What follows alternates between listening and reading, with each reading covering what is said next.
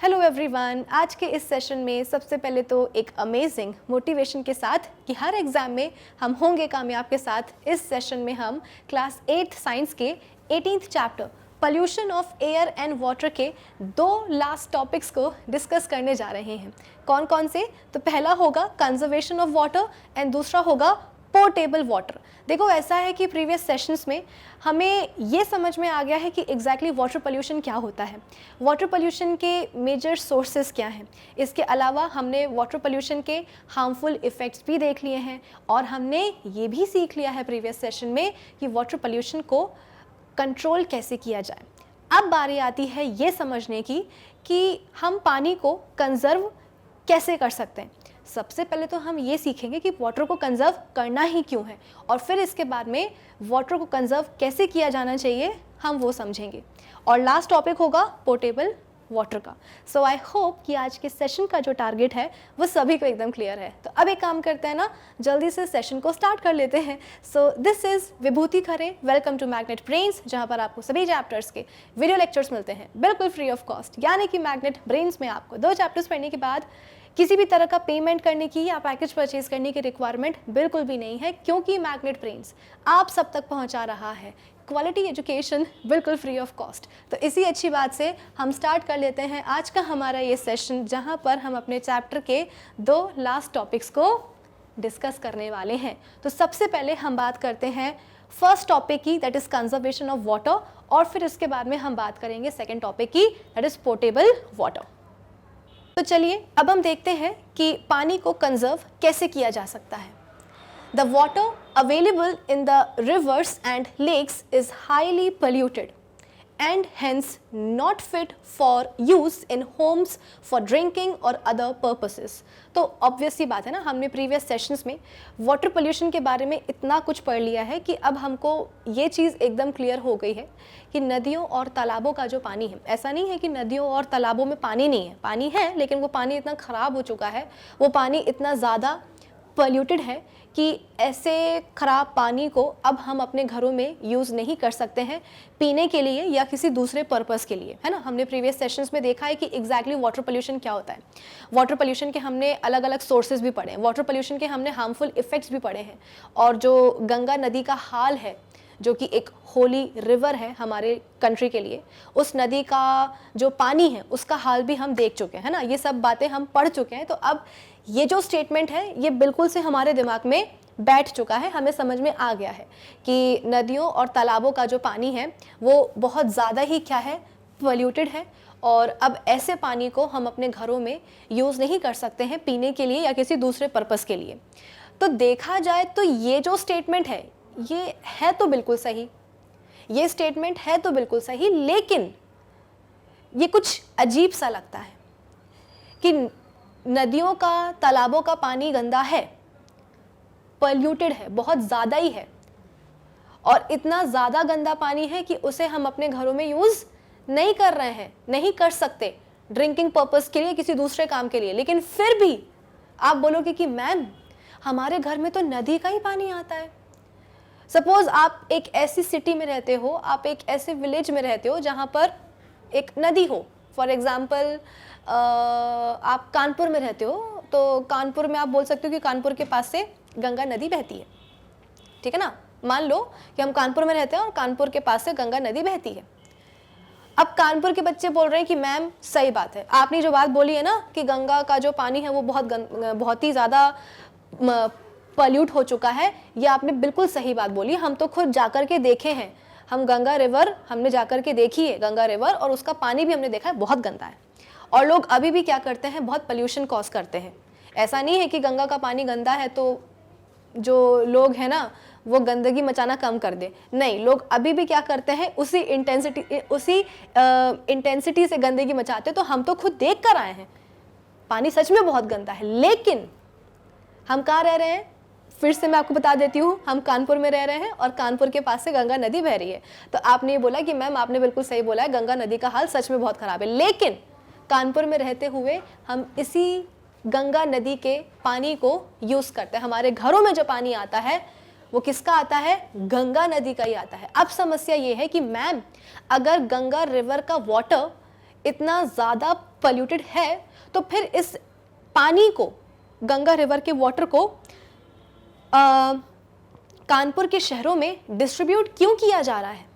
और अगर किया भी जा रहा है तो फिर इसको हम यूज़ कैसे कर पा रहे हैं? क्योंकि भाई हम तो नदी के, जो हमारे घर में जो पानी आता है उसी पानी को हम पीते हैं, उसी पानी से हम खाना भी पकाते हैं, सब कुछ करते हैं। तो अगर ये पानी गंगा रिवर का वाटर है तो फिर ये हमारे घरों में क्यों आ रहा है? अगर ये पानी इतना गंदा है तो, और आ भी रहा है तो इसको हम यूज़ कैसे कर पा रहे हैं? नहीं करना चाहिए, लेकिन कर रहे हैं, और कर भी ऐसा रहे हैं कि हमें कोई फ़र्क नहीं पड़ रहा, हम कोई बीमार नहीं पड़ रहे हैं। ऐसा क्यों हो रहा है? ऐसा इसलिए हो रहा है क्योंकि अगर आपको याद हो तो मैंने आपको पहले भी ये चीज़ समझाई थी कि हमारे घरों में तालाब या नदी का पानी कैसे आता है ना? हम गांव में तो रहते नहीं हैं कि खुद जा रहे हैं और मटका जो है ना भर भर के नदी और तालाब का पानी लेकर के आ रहे हैं। नहीं, हम बढ़िया मज़े से अपने घर में रहते हैं और नल खोलते हैं और हमारे नलों में नदी या मतलब आसपास जो भी नदी होती है, जो भी तालाब होता है, उसका पानी आता है। तो ये कैसे आता है? तो मैंने आपको पहले भी बताया था कि आजकल हम सभी के घरों में एक एक बोरवेल होती है, जिससे कि अंडरग्राउंड वाटर जो है उसको यूज़ किया जाता है। तो अंडरग्राउंड वाटर को आप बोल सकते हो कि पंप की मदद से ऊपर लाया जाता है और इस पानी को ओवरहेड टैंक जो होता है उसमें डाल दिया जाता है। फिर इसके बाद में इस ओवरहेड टैंक से बहुत सारे नल जुड़े होते हैं हमारे घरों के, और नल खोलो तो ओवरहेड टैंक से जो पानी है वो आ जाता है नीचे। ठीक है, ये सबको पता है। फिर मैंने आपको बताया था कि एक दिन ऐसा हुआ, मतलब एक दिन नहीं, एक बार ऐसा हुआ कि उस शहर में 2 साल तक अच्छी बारिश नहीं हुई। तो इससे क्या हुआ, ग्राउंड वाटर का जो लेवल है वो बहुत ज़्यादा नीचे चला गया। तो अब जो बोरवेल है वो भी जो है ना काम की नहीं रही। तो फिर इसके बाद में हमने क्या करा, नगर निगम को फ़ोन लगाया कि भाई, म्यूनिसिपल कॉर्पोरेशन हर एक सिटी की होती है, उसको फ़ोन लगाया गया कि भाई हमारे घर में जो है ना पानी नहीं आ रहा, हमको पानी दो। तो नगर निगम वाले आएंगे और नगर निगम का जो वाटर कनेक्शन है वो आपके घर में करके जाएंगे। अब ये नगर निगम करता क्या है कि आपके शहर, आपके ज़िले, आपके गाँव के आसपास जो भी आप बोल सकते हो कि तालाब होगा, ज़रूरी थोड़ी कि हर शहर में, हर गाँव में क्या हो, पास में एक नदी हो, तालाब भी होते हैं, है ना? तो जो भी आसपास का तालाब होगा, जो भी आप बोल सकते हो कि नदी होगी, उसका पानी जो है आपके घरों में सप्लाई किया जाएगा। तो जैसे कि मैं आपको एग्जांपल दे रही हूँ कि जो कानपुर शहर में हम रहते हैं, पास में से क्या होता है, गंगा नदी बहती है, तो कानपुर के घरों में गंगा वाटर ही, मतलब गंगा रिवर का ही पानी जो है वो डिस्ट्रीब्यूट किया जाता है। तो अगर गंगा रिवर का पानी इतना ख़राब है तो फिर लोगों को क्यों सप्लाई किया जा रहा है? और सप्लाई कर भी रहे हैं, चलो घर में आ भी रहा है, तो किसी ने मजबूर किया है क्या हमको उस गंदे पानी को यूज़ करने के लिए? लेकिन हम फिर भी कर रहे हैं। ऐसा क्यों? क्योंकि हमारे घर में जो गंगा रिवर का पानी आ रहा है ना, वो ख़राब नहीं है, वो साफ़ है।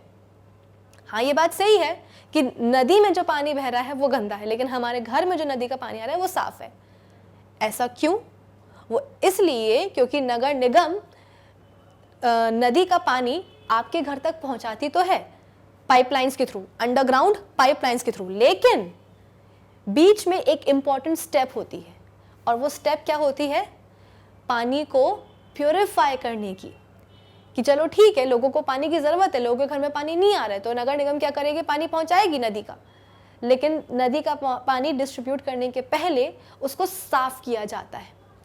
वाटर ट्रीटमेंट प्लांट्स होते हैं जो कि कुछ ऐसे दिखते हैं, ये देखो ऐसे दिखते हैं, बड़े बड़े प्लांट्स होते हैं जहाँ पे नदी के या तालाब के पानी को साफ़ किया जाता है, और साफ़ करने के बाद आप बोल सकते हो कि घरों में डिस्ट्रीब्यूट किया जाता है। So the polluted water from rivers and lakes is treated at water works and made clean। साफ किया जाता है। भाई देखो, नदी के पानी में तो 100 तरह की चीज़ें होती हैं, है ना? पत्थर भी होते हैं, मिट्टी भी होती है, रेत भी होती है, और आप बोल सकते हो कि कुछ गंदगी, बड़ी बड़ी गंदगी भी होती है, पॉलीथीन है, प्लास्टिक है, कपड़े हैं, कपड़ों के टुकड़े हैं, है ना? ये सब चीज़ें, बहुत सारी चीज़ें होती हैं। तो कुल मिलाकर के इन सभी चीज़ों को हटाया जाता है। और जाहिर सी बात है, एक्वेटिक प्लांट्स रहते हैं नदी में, एनिमल्स रहते हैं, तो उनकी गंदगी भी मिक्स हो जाती है, तो पानी में थोड़ी सी बदबू भी आती है, तो उस बदबू को भी हटाया जाता है। तो ओडरलेस बनाया जाता है कि भाई किसी तरह की गंध ना आए, और आप बोल सकते हो कि क्लीन किया जाता है before supplying it to homes through the underground pipes. This treatment of polluted water to make it clean costs a lot of money। अब आप बोलोगे कि मैम प्रॉब्लम ही सॉल्व हो गई, कैसे सॉल्व हो गई? भाई हम इतने दिनों से पढ़ते आ रहे हैं वाटर पोल्यूशन के बारे में। हमने पढ़ा कि वाटर पोल्यूशन के कारण नदियों का पानी खराब हो रहा है, तालाबों के पानी खराब हो रहा है, जो गंगा रिवर है वो पोल्यूट हो रही है पूरी, उसका पानी खराब हो रहा है। कोई बात नहीं, लेकिन जब इस गंगा रिवर के पानी को यूज़ करने की बारी आती है, सिर्फ गंगा रिवर की बात नहीं है ये ना, जितनी भी नदियाँ हैं वो सबकी कहानी क्या है, मोर और लेस सेम ही है। सब कुछ क्या हो रहा है, खराब ही हो रहा है। तो जब पानी को यूज़ करने की बारी आती है, जब नदी के पानी को यूज़ करने की बारी आती है, तालाब के पानी को यूज़ करने की बारी आती है, तो नगर निगम साफ करके देता तो है हमें, यानी कि हम अपने घरों में जो नदियों और तालाबों का पानी यूज़ कर रहे हैं वो तो साफ़ ही आता है, उससे उसको हम पी सकते हैं, उससे हम खाना बना सकते हैं, उससे हम सब कुछ कर सकते हैं। तो हमारे घरों में जो पानी आ रहा है वो तो साफ़ है, माना कि जहाँ से आ रहा है, जिस तालाब से, जिस नदी से आ रहा है, वो वहाँ का पानी कैसा है, खराब। लेकिन जब तक पानी हम तक पहुँचता है तो वो साफ़ होकर के पहुँचता है, यानी कि पानी का जो ट्रीटमेंट है ना वो पॉसिबल है। नगर निगम करके तो देता है, बात तो सही है, नगर निगम करके दे तो रहा है, लेकिन इस प्रोसेस में पैसा जो लग रहा है उसका क्या। एक तरफ हम कंप्लेन करते हैं कि महंगाई बहुत बढ़ रही है ना, हर चीज़ पे टैक्स लग रहा है, आम आदमी कितना टैक्स दे। तो जितना भी टैक्स है ना, ये आप बोल सकते हो कि हमारे लिए फैसिलिटीज़ को जुगाड़ने में ही ये टैक्स लग जाता है। हम जो टैक्स देते हैं उसी से आप बोल सकते हो कि जो हमारी गवर्नमेंट है वो हमारे लिए सड़कें बनवाती हैं, है ना। अब इलाके में आप बोल सकते हो कि गंदा पानी आ रहा है, तो गंदा पानी ना आए तो हमने उसके लिए कंप्लेन करी है लोकल उसको मिनिस्टर को कि भाई गंदा पानी आ रहा है हमारे इलाके में नदी का, तो वाटर ट्रीटमेंट प्लांट जो है ना लगा करके दीजिए। तो प्लांट तो लगा, लेकिन कैसे लगा, तो हमने ही जो टैक्स दिया था ना उसी टैक्स से वो प्लांट बन गया। अब प्लांट तो बन गया, लेकिन अब क्या होगा, इतना सारा पानी वहाँ से प्योरीफाई होगा, इतना सारा पानी जो है ना वहाँ से फिल्टर होगा, वहाँ पे साफ़ होगा, तो जाहिर सी बात है पैसे बहुत लगेंगे ना। तो ये पानी को साफ़ करने की जो प्रोसेस होती है ये होती तो है, लेकिन काफ़ी कॉस्टली होती है, बहुत महंगी होती है। We should conserve water. तो बेसिकली आप बोल सकते हो कि अब क्योंकि ये प्रोसेस काफ़ी महंगी होती है तो कुछ कुछ जगहों पे जो है ना, अब देखो हर चीज़ की मेंटेनेंस ज़रूरी होती है। एक बार प्लांट लगा दिया तो ऐसा तो है नहीं कि बस लगा दिया तो लगा दिया, अब जो भी उसकी मशीन्स हैं, जो भी वहाँ पे हैं मशीन्स वगैरह, वो जो है ना उनको हम दोबारा से मेंटेन नहीं करेंगे, नहीं, मेंटेनेंस भी इंपॉर्टेंस होती है। तो कुल मिलाकर के जो पूरी प्रोसेस है ना ये काफ़ी महंगी प्रोसेस होती है। तो अब महंगी प्रोसेस होगी तो लोग क्या करेंगे, इससे बचने की कोशिश करेंगे कि ना की जाए तो ज़्यादा अच्छा होगा। अगर नहीं की जाएगी तो क्या होगा, गंदा पानी जो है हमारे घरों में पहुँचेगा, और इससे किसको समस्या होगी, हम ही को होगी। तो इसीलिए we should conserve water by using it carefully. अब जब ऐसा नहीं है कि गवर्नमेंट जो है ना हम तक साफ़ पानी पहुंचाने की कोशिश नहीं करती है, कोशिश तो करती है। तो अगर गवर्नमेंट अपनी तरफ से ये कर रही है तो क्यों ना हम भी अपनी तरफ से एक स्टेप उठाएं। क्या उठाएं कि हमें इस चीज़ की वैल्यू समझनी चाहिए कि हमारे घरों में आज जो पानी आ रहा है वो बड़ी मुश्किल से आ रहा है। एक तो हम अपनी एक्टिविटीज़ से क्या कर रहे हैं, ह्यूमन बींग्स क्या कर रहे हैं, पानी को गंदा कर रहे हैं, बिल्कुल भी बाज नहीं आ रहे हैं ना, गंदगी मचाए जा रहे हैं। अब किसी तरह से सरकार क्या कर रही है, इस गंदे पानी को साफ़ कर रही है और साफ़ करके हमारे घरों तक पहुंचा रही है। तो कहीं ना कहीं हमारा भी तो ये फ़र्ज़ बनता है ना कि हम इस पानी की वैल्यू समझें, इस पानी की इम्पोर्टेंस समझें और इस पानी को बचाएं, इसको हम कंजर्व करें, इसको हम वेस्ट ना करें। तो क्योंकि ये जो पानी हम तक पहुँच रहा है ये बहुत कीमती है ना, ये बहुत आप बोल सकते हो कि आपके लिए इम्पॉर्टेंट है। जाहिर सी बात है अगर आप पानी खर्च करते रहोगे, आप बेहिसाब क्या कर रहे हो, पानी खर्च कर रहे हो, तो आपके घर में पानी की जो रिक्वायरमेंट है वो बढ़ेगी। अब अगर आप ही की तरह बाकी जितने भी फैमिलीज़ हैं आपके सोसाइटी में, अगर वो भी क्या करें, पानी को वेस्ट करते जाएं, तो हर एक घर में क्या होगा, पानी की रिक्वायरमेंट बढ़ेगी, पानी की डिमांड बढ़ेगी। डिमांड बढ़ेगी तो सप्लाई भी बढ़ानी पड़ेगी, और अगर सप्लाई बढ़ानी पड़ेगी इसका मतलब क्या कि यहाँ पर इन वाटर प्लांट्स में जो पानी का जो ट्रीटमेंट होता है वो और ज़्यादा पानी का ट्रीटमेंट होगा। भाई पहले से ही ये प्रोसेस बहुत महंगी प्रोसेस होती है। अब हो क्या रहा है कि अब लोग जो है ना बेवजह वाटर को वेस्ट कर रहे हैं, तो उनकी डिमांड बढ़ रही है, और डिमांड बढ़ रही है तो सप्लाई बढ़ानी पड़ेगी, और सप्लाई बढ़ेगी कैसे, और पानी, और नदी का पानी और तालाब का पानी आएगा, और ज़्यादा क्या होने वाला है यहाँ पे, उसको साफ़ किया जाने वाला है। तो कुल मिलाकर के वैसे ही महंगी प्रोसेस होती है और महंगा सब कुछ महंगा होता जाएगा। फिर अगर गवर्नमेंट सोचेगी कि अब उनके पास फंड नहीं है, चलो टैक्स बढ़ा देते, तो उस पर भी हम रोएंगे बैठ के कि अरे टैक्स बढ़ा दिया। तो ये टैक्स जो बढ़ा रहा है वो क्यों बढ़ा रहा है? क्यों? क्योंकि हमारी रिक्वायरमेंट्स इतनी ज़्यादा है, हमारी डिमांड इतनी ज़्यादा है कि हम उन डिमांड्स को पूरा करने के लिए गवर्नमेंट को क्या चाहिए है? हमसे ही टैक्स चाहिए।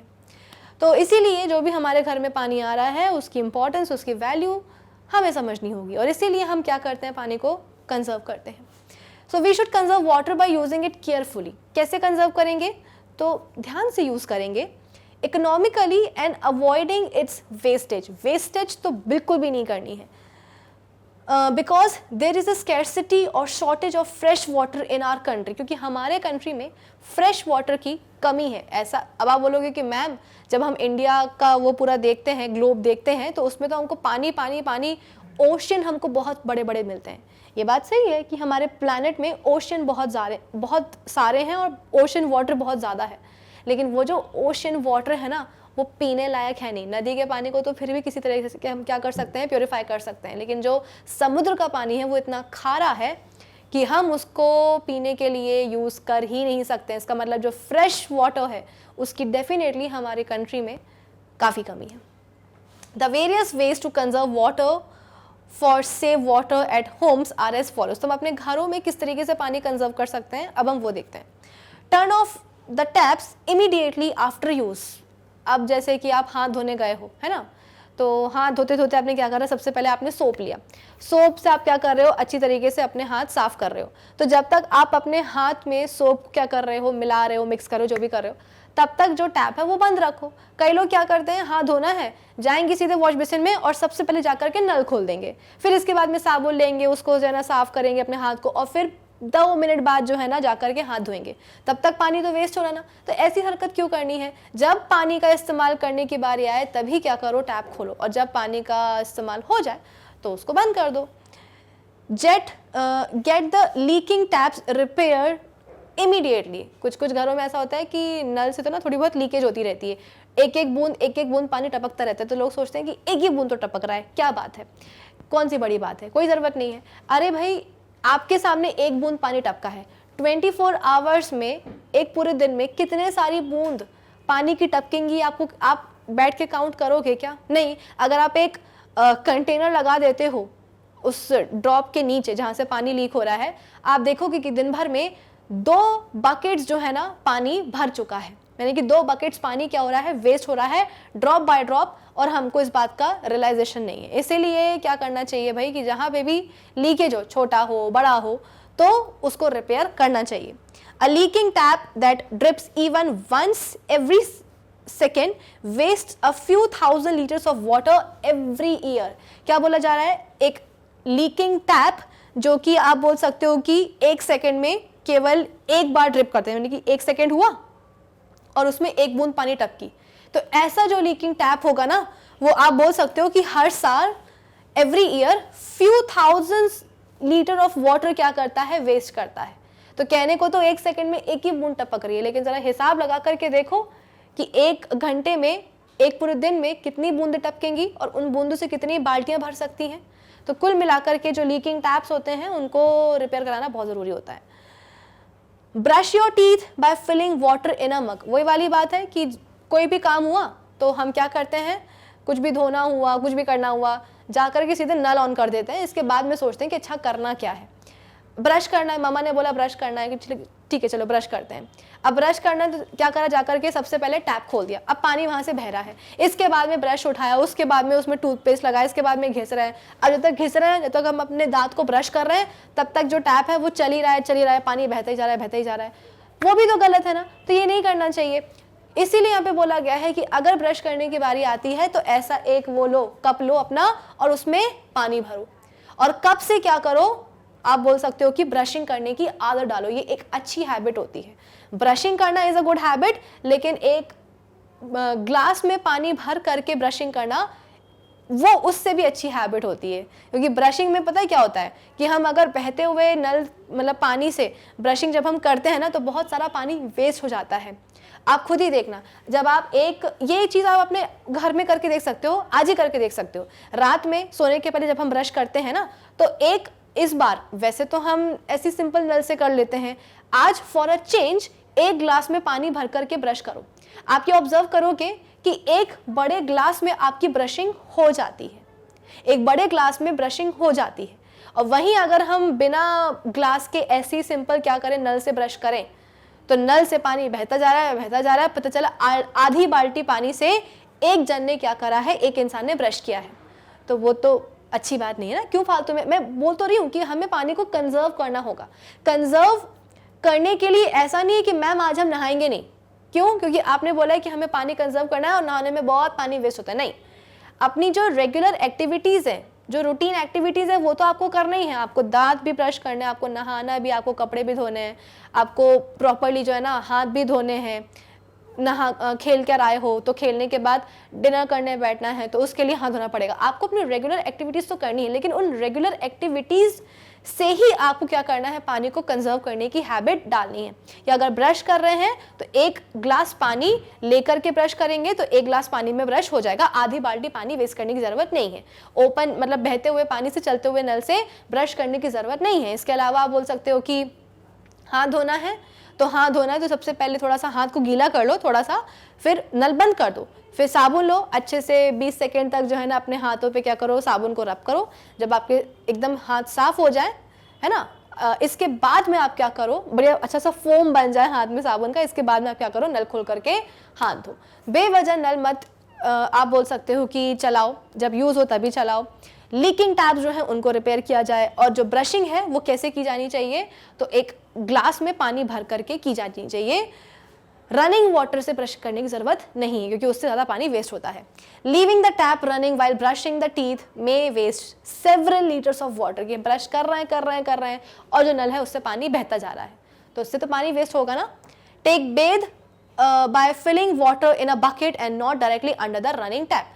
शावर से नहाने का, स्पेशली गर्मी के मौसम में शावर से नहाने का बहुत शौक होता है ना, तो ठीक है, कभी कभी ये शौक चल जाता है, लेकिन डेली बेसिस पे अगर आप बहते हुए नल से, है ना, रनिंग टैप से या शावर से नहाते हो ना, तो बहुत पानी वेस्ट होता है।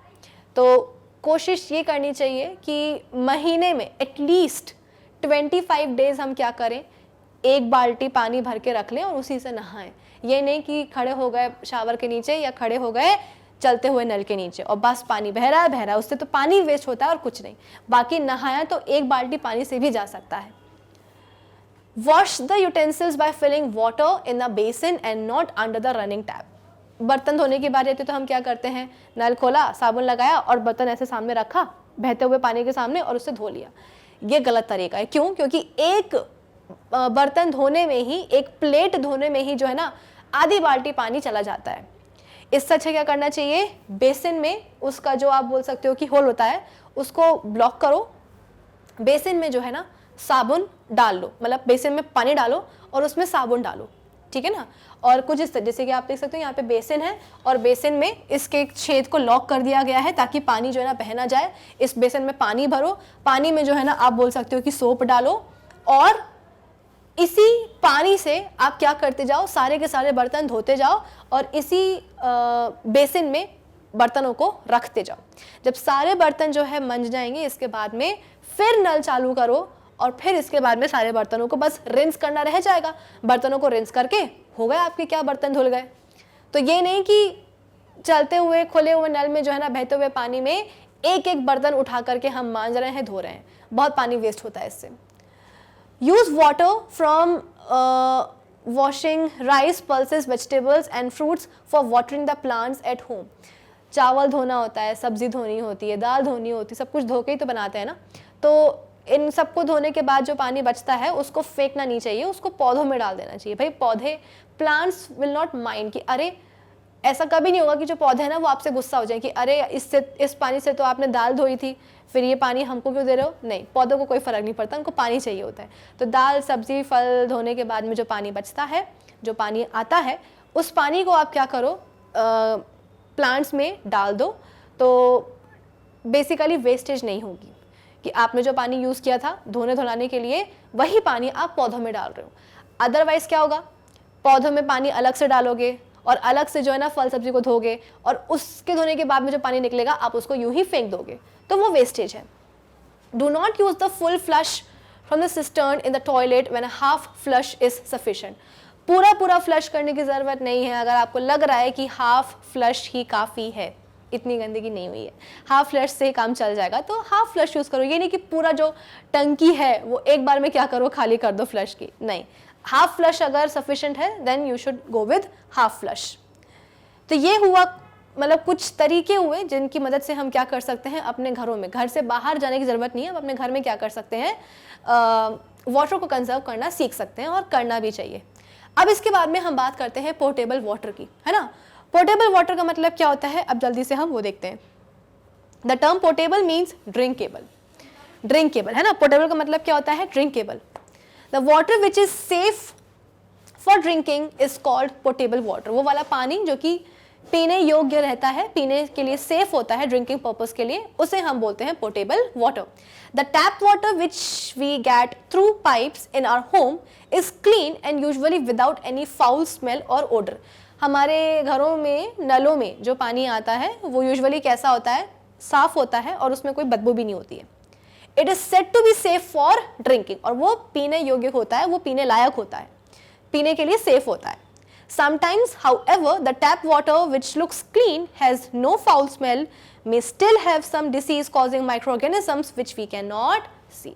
अब कहने को तो जैसे कि मैंने आपको बताया कि फ्रेश वाटर की कमी है हमारे कंट्री में। ऐसा नहीं है कि हमारे आसपास महासागर नहीं है, ओशंस नहीं है, ओशन वाटर नहीं है, अरे बहुत सारा है, क्या बड़ी बात है। लेकिन वहाँ का जो पानी ना, जो ओशन वाटर है ना, वो पीने लायक नहीं है, वो बहुत खारा होता है, उसमें बहुत नमक होता है। भाई ओशन वाटर से ही तो हम क्या करते हैं, नमक निकालवाते हैं, है ना, पढ़ा है हमने क्लास 8 साइंस के किसी चैप्टर में। तो कुल मिलाकर क्या बोल, हाँ इवेपोरेशन में शायद मैंने आपको समझाया था ये चीज़, है ना। तो कुल मिलाकर क्या बोल सकते हो कि ओशन वाटर है लेकिन वो पीने लायक नहीं है, फ्रेश वाटर ही हम क्या कर सकते हैं, पी सकते हैं। तो यूजुअली हमारे घरों में जो पानी आता है नलों में, वो साफ़ होता है, उसमें कोई भी बदबू नहीं आती है, वो सेफ़ होता है ड्रिंकिंग के लिए। लेकिन कभी कभी ऐसा होता है कि नलों से जो पानी आता है दिखने में वो साफ़ होता है, कोई बदबू भी नहीं आती है, लेकिन उसमें बहुत सारे डिसीज़ कॉजिंग माइक्रो ऑर्गेनिजम्स होते हैं। भाई माइक्रो ऑर्गेनिजम्स हैं, बिना माइक्रोस्कोप के वो ऑर्गेनिजम्स हमको दिखने नहीं वाले हैं। तो अगर भाई ऐसा तो होता नहीं कि आपके घर में जो भी पानी आ रहा है, आप डेली क्या करते हो, उस पानी को माइक्रोस्कोप के नीचे रख करके देखते हो कि कहीं इसमें कोई माइक्रो ऑर्गेनिज्म तो नहीं है। ऐसा होता है क्या? नहीं होता है ना। एक बार हमें किसी ने बता दिया कि नहीं नहीं यहाँ का जो पानी है वो बड़ा साफ आता है, नदी का पानी आता है ना, नदी का पानी मीठा होता है, फ्रेश वाटर होता है। तो हमने मान लिया कि हाँ जो हमारे घरों में नलों में पानी आ रहा है वो एकदम साफ है, बदबू भी नहीं है, बहुत बढ़िया। लेकिन कभी कभी जो नलों में पानी आता है वो आप बोल सकते हो कि दिखने में साफ होता है, कोई बदबू भी नहीं होती, लेकिन उसमें डिसीज कॉजिंग माइक्रो ऑर्गेनिजम्स होते हैं। पता है कभी कभी क्या होता है कि जो पाइप्स होते हैं ना, जो वाटर पाइप्स होते हैं वो अंडरग्राउंड होते हैं, सब ज़मीन के अंदर ही होते हैं। तो यहाँ पे बह रहा है क्या, जो अंडरग्राउंड वाटर, मतलब जो अंडरग्राउंड पाइप है ना, इस वाले अंडरग्राउंड पाइप में आप बोल सकते हो कि अच्छा वाला पानी फ्लो कर रहा है। मतलब नगर निगम ने आपको पानी दिया है ना, तो सपोज यहाँ से क्या हो रहा है, यहाँ से क्या हो रहा है, नगर निगम का पानी आ रहा है और इस पाइप में फ्लो होते कहाँ आ रहा है, ये आपके घर तक आ रहा है। ये क्या है, आपका घर है। तो नगर निगम ने आपको पानी दिया अंडरग्राउंड पाइप के थ्रू, और इस पाइप में क्या हो रहा है, अच्छा पानी आपके घर तक पहुंच रहा है। इसी पाइप के बगल में आप बोल सकते हो कि आपके घर से निकलने वाला जो सीवेज है ना, आपके घर से निकलने वाला जो सीवेज है, वो सीवेज आप बोल सकते हो कि इस वाले पाइप से फ्लो हो रहा है। इसको हम क्या बोलते हैं, सीवर बोलते हैं। तो कुल मिलाकर के जितने भी वाटर पाइप्स होते हैं ना, वो सब के सब कैसे होते हैं, अंडरग्राउंड होते हैं, जमीन के नीचे होते हैं, हमको दिखाई नहीं देते हैं। ठीक है, तो ये वाला पाइप कौन सा है, जिससे कि नगर निगम आपको पानी दे रहा है। ये वाला पाइप कौन सा है, जिससे कि घर का जो सीवेज है वो बाहर निकल रहा है। अब कभी कभी ये होता है कि ये जो सीवेज वाला आप बोल सकते हो कि पाइप है ना, ये जो सीवेज वाला पाइप है, इसमें बेसिकली कभी कभी इसमें ना लीक हो जाता है। भाई अंडरग्राउंड पाइप है, जो पाइप्स ऊपर रहते हैं ज़मीन के, उसमें हमें दिखाई देता है कि देखो यहाँ पे जंग लग गई है पाइप में, लोहे के पाइप में, है ना, यहाँ पे कुछ टूट गया है तो इसको रिपेयर करना पड़ेगा। लेकिन वो वाले पाइप्स जो कि ज़मीन के नीचे होते हैं, राइट, वो वाले पाइप्स जो कि ज़मीन के नीचे होते हैं, उनको तो आप नहीं देख सकते हो ना, उनके बारे में तो आपको कुछ नहीं पता कि वो कहाँ टूट रहे हैं, उनका क्या हाल हो रहा है, आपको कुछ नहीं पता। ज़मीन के ऊपर जो पाइप्स हैं आप उनकी मेंटेनेंस कर सकते हो, क्योंकि आप उनको ऑब्जर्व कर सकते हो, लेकिन ज़मीन के जो नीचे हो रहा है वो आपको नहीं पता।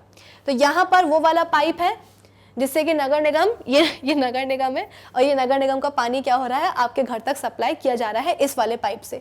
और ये वाला पाइप कौन सा है, जिससे कि आपके घर का जो सीवेज है वो बाहर निकल रहा है। तो कभी कभी सीवेज पाइपलाइंस में कभी कभी लीक हो जाता है, पाइप टूट जाता है, फट जाता है, तो इस पाइप से जो सीवेज है वो लीक कर जाता है, और लीक करते करते करते करते ये वाला जो पाइप है ना, हो सकता है कि इसमें भी क्या हो, छोटा मोटा क्या हो, एक छेद हो, है ना। तो उस छेद के थ्रू जो सीवेज है वो कहाँ आ जाता है, इस वाले पाइप में आ जाता है। दैट्स ग्रोस, आई नो, पर एग्जैक्टली कभी कभी ऐसा होता है कि हम सोचते हैं कि हमने तो बाहर का कुछ नहीं खाया, हमने तो बाहर का कुछ पानी भी नहीं पिया, हम तो अपने घर में ही थे, हमने तो एक हफ्ते से कुछ बाहर का खाना खाया पिया नहीं, लेकिन फिर भी हमको फूड पॉइजनिंग हो गई, फिर भी जो है ना स्टमक इन्फेक्शन हो गया। ऐसा क्यों हो गया, कुछ समझ में नहीं आ रहा है। अरे जो प्रॉब्लम हो रही है ना वो ज़मीन के नीचे हो रही है। ज़मीन के नीचे क्या हो रहा है, सीवर यानी कि सीवेज कैरी करने वाले पाइप में और ये वाले पाइप में, दोनों में ही छोटा सा लीकेज हो जाता है। तो इस वाले पाइप से जो सीवेज है वो निकल करके इस वाले पाइप में आ जाता है, और इस वाले पाइप के पानी में आकर के मिक्स हो जाता है। तो कहने को तो क्या हुआ, हमारे घर में जो पानी आ रहा है वो कैसा है, एकदम नदी का पानी आ रहा है, एकदम साफ है, लेकिन उसमें सीवेज मिला हुआ आ रहा है। और ऐसा भी नहीं कि बहुत पूरा का पूरा सीवेज इसी में आकर के मिक्स हो जाता है, थोड़ा बहुत मिक्स होता है, जिसके कारण जो हमारे घर में पानी आ रहा है नलों में ना, उसका कलर चेंज होता है और स्मेल थोड़ी बहुत चेंज होती है, लेकिन उतनी हम जो है ना नोटिस नहीं कर पाते हैं। तो कलर चेंज नहीं होता है ज़्यादा, बिल्कुल भी नहीं होता कलर चेंज, और स्मेल भी थोड़ी बहुत आती है जिसको कि हम यूजुअली नोटिस नहीं करते हैं। तो होता ये है कि जब ऐसा पानी आता है हमारे घरों में टैप्स के थ्रू, तो उसमें जो कंटेमिनेशन है ना उसे हम नोटिस नहीं कर पाते हैं। भाई ऑब्वियस सी बात है, कोई हर रोज़ बैठता तो है नहीं ये देखने के लिए कि जो पानी आ रहा है नल से उसमें कंटेमिनेशन है या नहीं, है ना, ऐसा कोई चेक नहीं करने बैठता है। तो हमारे घर में जो अब नलों में पानी आ रहा है उसमें कंटेमिनेशन है, वो हम नोटिस नहीं कर पाते हैं, और उसी कंटेमिनेटेड वाटर को यूज़ करना कंटिन्यू रखते हैं कि भाई इतने समय से टैप वाटर यूज़ कर ही रहे थे, कंज्यूम कर ही रहे थे। अब क्या पता था कि ज़मीन के नीचे क्या हुआ है, पाइप्स में लीकेज हो गया है, तो इतने टाइम से टैप वाटर यूज़ कर ही रहे थे, अगले दिन भी टैप वाटर ही यूज़ किया, टैप वाटर ही कंज्यूम करा, लेकिन फ़र्क क्या हुआ कि अगले दिन जो पानी आया नल से उसमें कंटैमिनेशन था। अगले दिन जो नल से पानी आया उसमें कंटैमिनेशन था जिसे हम नोटिस नहीं कर पाए, और उसी पानी को कंटिन्यू करा, मतलब उसी पानी को कंज्यूम करना हमने कंटिन्यू रखा, और घर के सभी लोगों ने कंज्यूम किया, और घर के सब लोग क्या हुए, एक साथ बीमार पड़ गए। ऐसा होता है, कई बार ऐसा होता है कि एक साथ क्या हुई है, कई सारे लोगों को घर में फूड पॉइजनिंग हो गई है, इन्फेक्शन हो गया है। क्यों, वही गंदा पानी पी लिया, गंदा पानी यूज़ कर लिया, कंज्यूम कर लिया। क्या पता था कि ज़मीन के नीचे लीकेज हुआ है, पता नहीं रहता ना, इसलिए। तो इसीलिए यहाँ पे लिखा गया है कि sometimes however the tap water which looks clean and has no foul smell may still have some disease causing microorganisms which we cannot see। तो कई बार ऐसा होता है कि हमारे सामने जो पानी रखा जाता है ला करके वो हमें एकदम साफ़ नज़र आता है ना, और उसमें कोई बदबू भी नहीं होती, तो हमें लगता है कि अरे वाह साफ़ पानी तो है, चलो पी लेते हैं। लेकिन ऐसे क्लीन और ओडरलेस पानी में भी disease causing micro organisms present हो सकते हैं। अरे भाई देखने में साफ है और कोई बदबू नहीं आ रही, इसका मतलब ये थोड़ी ना है कि उस पानी में डिसीज कॉजिंग माइक्रो ऑर्गेनिजम्स नहीं हो सकते हैं। हो सकते हैं, वो बिना माइक्रोस्कोप के दिखते तो है नहीं, तो हमें लगेगा देखने में कि अरे पानी तो बहुत साफ है, एकदम साफ, एकदम क्लीन है, कोई बदबू भी नहीं आ रही, उसको सूंघ के भी देख लिया, लेकिन माइक्रो ऑर्गेनिजम्स तो थे, डिसीज कॉजिंग माइक्रो ऑर्गेनिजम्स तो थे, और वही वाला पानी पी लिया तो वो जो डिसीज कॉजिंग माइक्रो ऑर्गेनिजम्स हैं अलॉन्ग विद वाटर हमारी बॉडी में एंटर कर जाते हैं, और फिर अलग अलग तरह के डिसीजेस, इन्फेक्शंस डेवलप हो जाते हैं बॉडी में। तो इसीलिए कहते हैं कि कहीं भी अगर बाहर जाओ तो अच्छा खाना ही खाना चाहिए, ऐसे सड़क का खाना खाने मत लग जाया करो। पानी पीना है ना तो बाकायदा कोशिश करनी चाहिए कि घर से ही पानी जो है ना लेकर के जाएं, क्योंकि ऑब्वियस सी बात है घर का जो पानी होता है, घरों में तो हम फिल्टर यूज़ करते हैं, प्योरीफायर यूज़ करते ही हैं, है ना।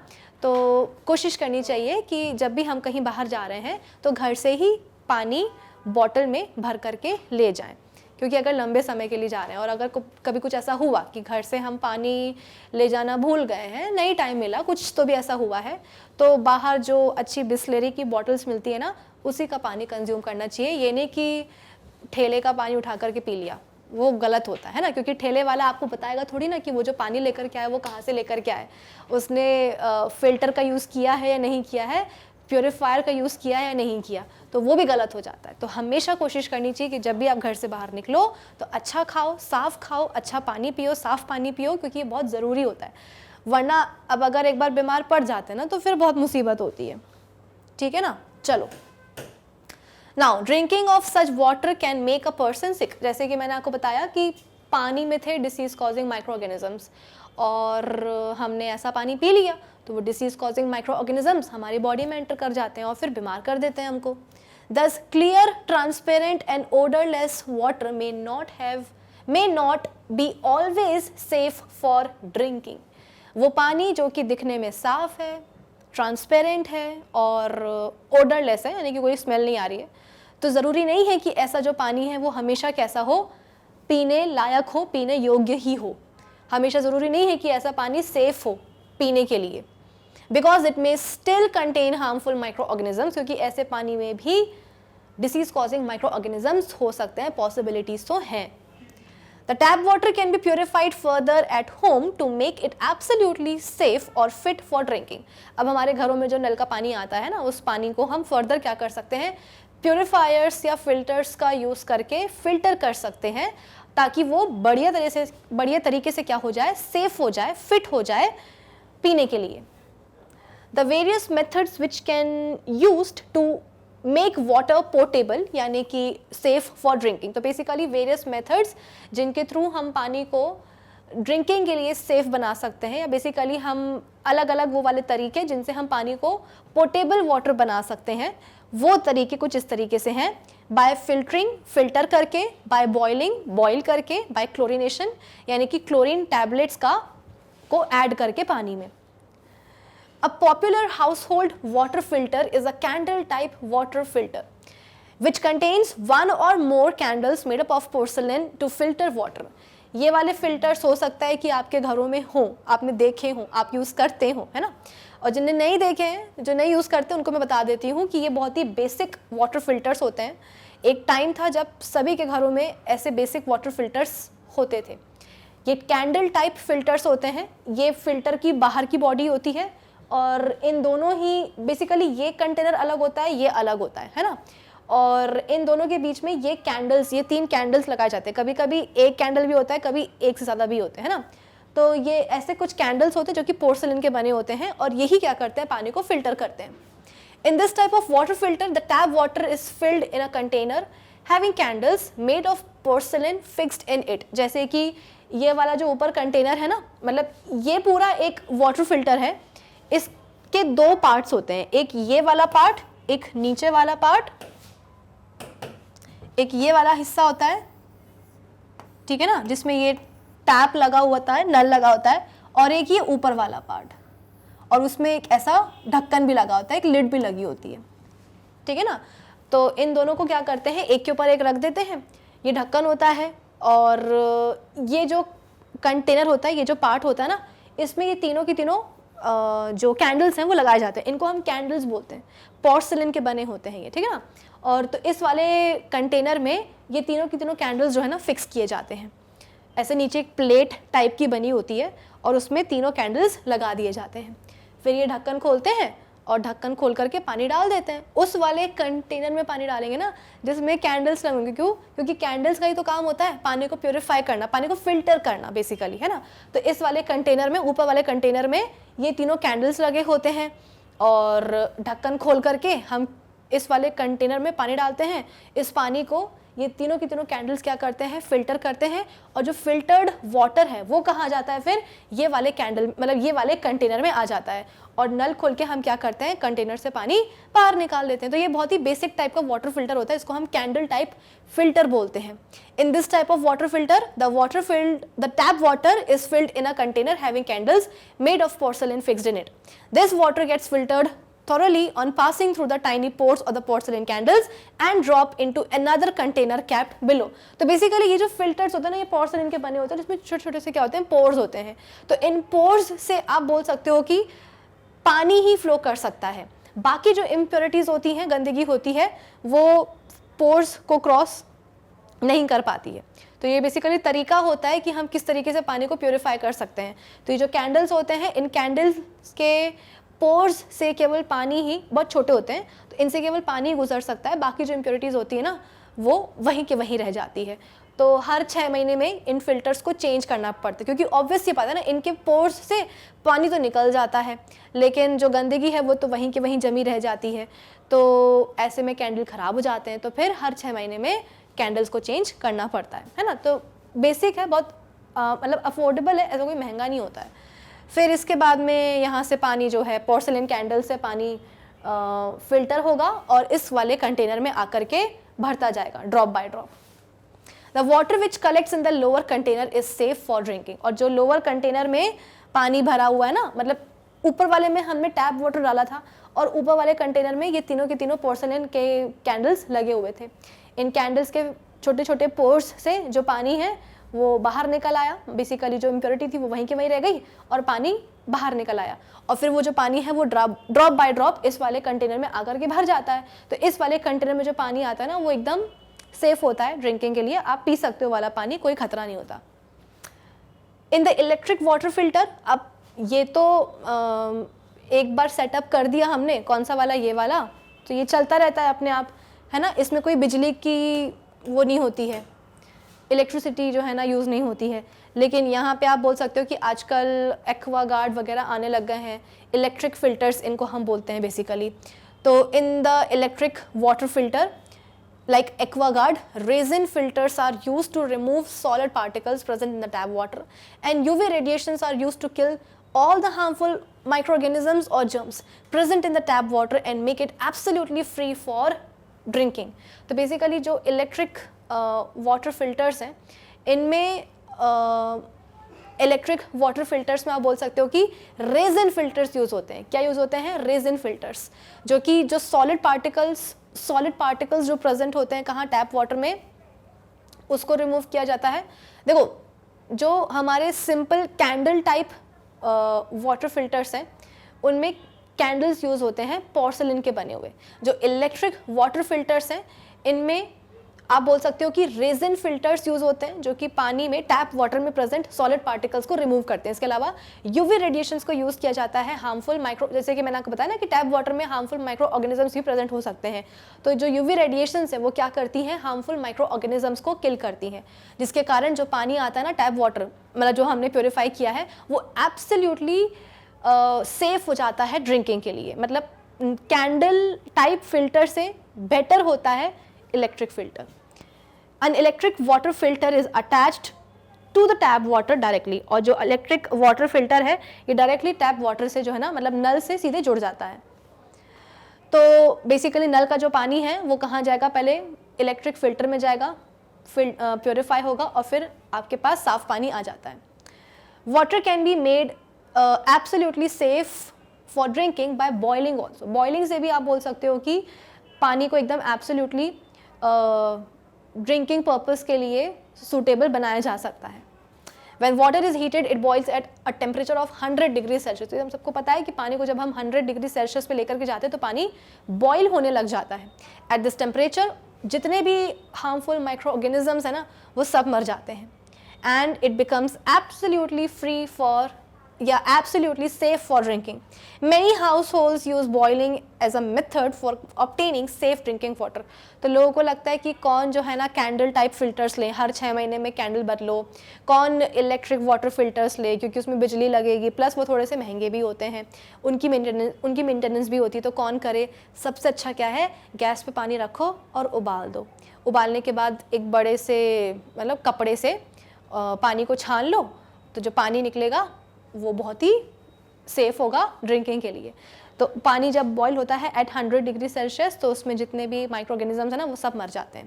भाई 100 डिग्री सेल्सियस टेम्परेचर पे कौन सा माइक्रो ऑर्गेनिज्म सर्वाइव करेगा भाई।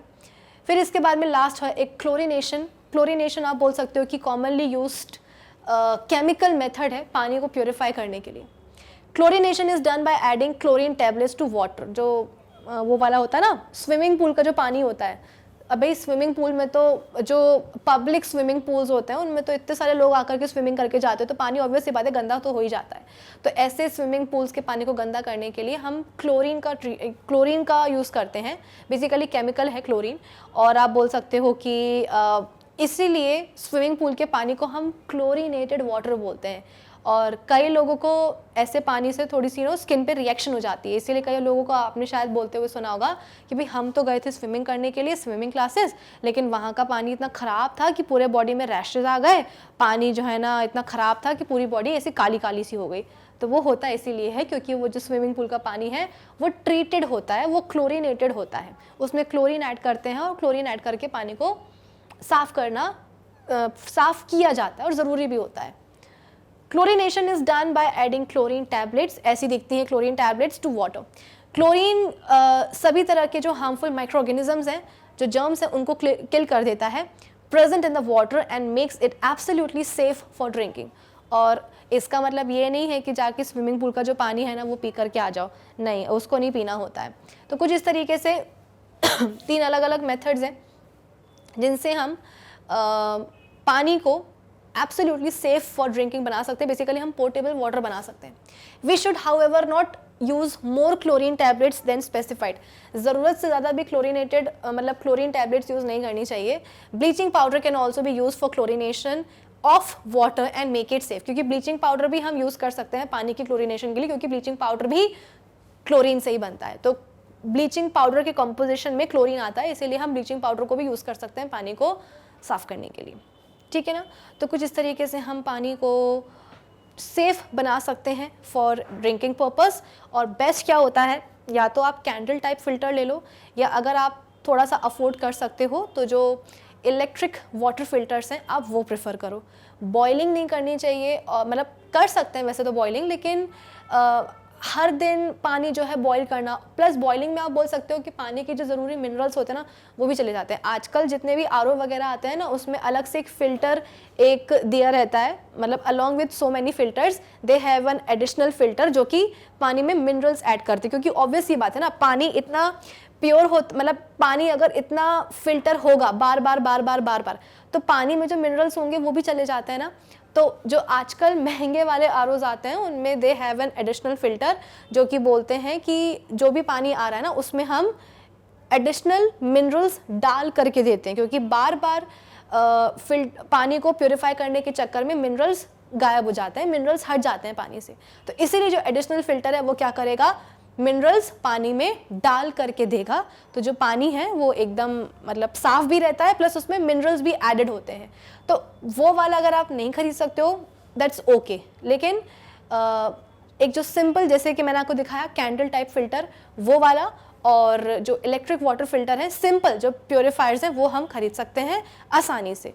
तो वो यूज़ डेफिनेटली करना चाहिए, क्योंकि जो साफ़ पानी है वो सबके लिए ज़रूरी होता है, ठीक है ना। चलो, तो आगे भी कुछ है क्या? नहीं, आज के सेशन के लिए बस इतना ही। तो आज हमने पानी का कंजर्वेशन सीखा है, और पानी पोर्टेबल वाटर क्या होता है हमने वो सीखा है, और कैसे हम पानी को सेफ बना सकते हैं ड्रिंकिंग पर्पस के लिए वो भी हमने सीखा। तो आज के सेशन के लिए बस इतना ही। अब हम मिलेंगे अपने अगले सेशन में, और अगले सेशन में मिल करके इस चैप्टर के जो NCERT क्वेश्चंस हैं उनको हम करेंगे सॉल्व। जो टॉपिक्स हैं वो तो सारे हमने कवर कर लिए। अब हम बात करेंगे अपने अगले सेशन में किस चीज़ की, एनसीईआरटी क्वेश्चंस की।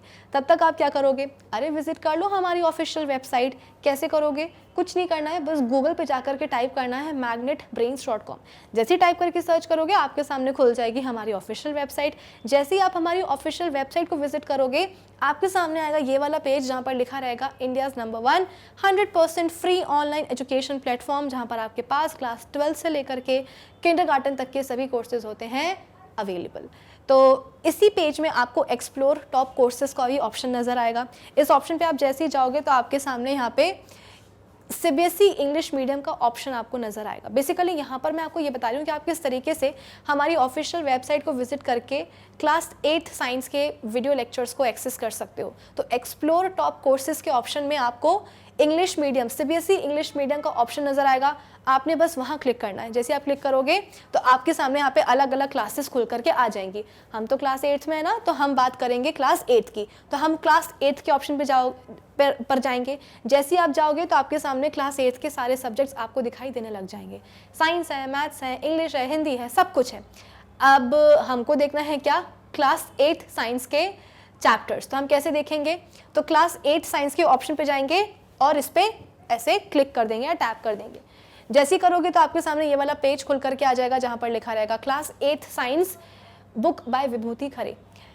18 चैप्टर्स हैं टोटल, 17 चैप्टर्स हम कर चुके हैं पूरे। 18 चैप्टर्स के भी, मतलब जो 18th चैप्टर है इसके भी सारे हमने टॉपिक्स कवर कर लिए हैं। लास्ट एक सेशन बचा है जिसमें कि हम एनसीईआरटी क्वेश्चंस को सॉल्व करेंगे। इसके बाद में आपका ये चैप्टर पूरा कंप्लीट हो जाएगा। तो सपोज अगर आपको शुरुआत से एकदम स्टार्ट करना है कि भाई हमको तो सबसे पहले सिलेबस पता करना है कि क्लास 8 साइंस का सिलेबस क्या है, तो इसका वीडियो आपको मिलेगा पहला वाला, यही साइंस सिलेबस ओवरव्यू। जैसे आप इस पे जाओगे तो आपके सामने सिलेबस ओवरव्यू का वीडियो कुछ इस तरीके से खुल करके आ जाएगा। ओवरव्यू के वीडियो को देख करके आपको पता चलेगा कि क्लास 8 साइंस के सिलेबस में आपको कौन कौन से चैप्टर्स पढ़ने हैं। इतना पढ़ने के बाद में, मतलब ये वाला वीडियो को देखने के बाद में आपको रियलाइज हुआ है कि नहीं, हमको तो आज से क्या करना है, जो फर्स्ट चैप्टर है क्रॉप प्रोडक्शन एंड मैनेजमेंट, वो देखना है। तो वो आप कैसे देख सकते हो, इस वीडियो के नीचे यहाँ पर आपको नेक्स्ट वीडियो का ऑप्शन नजर आ रहा होगा। जैसे ही आप इस पर क्लिक करोगे आपके सामने क्रॉप प्रोडक्शन एंड मैनेजमेंट का जो पहला लेक्चर है वो खुल करके आ जाएगा। तो कुछ इस तरीके से आप नेक्स्ट वीडियो के ऑप्शन पर क्लिक करते जाना और नए नए वीडियोस देखते जाना। फ़ायदा क्या होता है हमारी ऑफिशियल वेबसाइट को विजिट करने का, कि कई बार आप लोगों की कंप्लेंट्स होती हैं कि मैम यूट्यूब पे ना आपके सब्जेक्ट की प्लेलिस्ट नहीं मिलती है, मिलती भी है तो उसमें जो सीक्वेंस है वीडियोस का वो इतना ऊपर नीचे होता है कि हमें समझ में नहीं आता कि कौन से लेक्चर के बाद में कौन सा देखना है ना, कौन से वीडियो के बाद में कौन सा वीडियो है। तो यहाँ पर एज सच यहाँ पे कोई भी आपको कन्फ्यूजन नहीं होती है। यहाँ पे आपको सभी चैप्टर्स के सभी लेक्चर्स एकदम प्रॉपरली सीक्वेंस में अरेंज्ड मिलते हैं। सभी टॉपिक्स के नोट्स भी यहाँ पर आपको अवेलेबल होते हैं, और तो और यहाँ पर आपको कोई अनोइंग एड्स भी देखने की ज़रूरत नहीं पड़ती है। तो कुल मिलाकर के हमारी ऑफिशियल वेबसाइट को विजिट करने में आपको फ़ायदा ही है।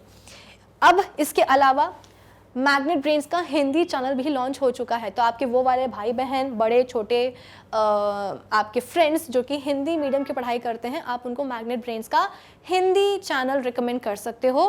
कुछ नहीं करना है, बस यूट्यूब पे जाकर के आप टाइप करोगे मैग्नेट ब्रेन्स हिंदी मीडियम और टाइप करके सर्च करोगे। जैसे ही सर्च करोगे तो आपके सामने देखो ये वाला चैनल खुल करके आ जाएगा। तो अब तो मैग्नेट ब्रेन्स पर इंग्लिश और हिंदी मीडियम दोनों की ही पढ़ाई करवाई जाती है। तो अब देरी किस बात की है भाई, do visit our official website. कौन सी वाली, यही वाली magnetbrains.com। Till then keep learning with Magnet Brains. Thank you for watching.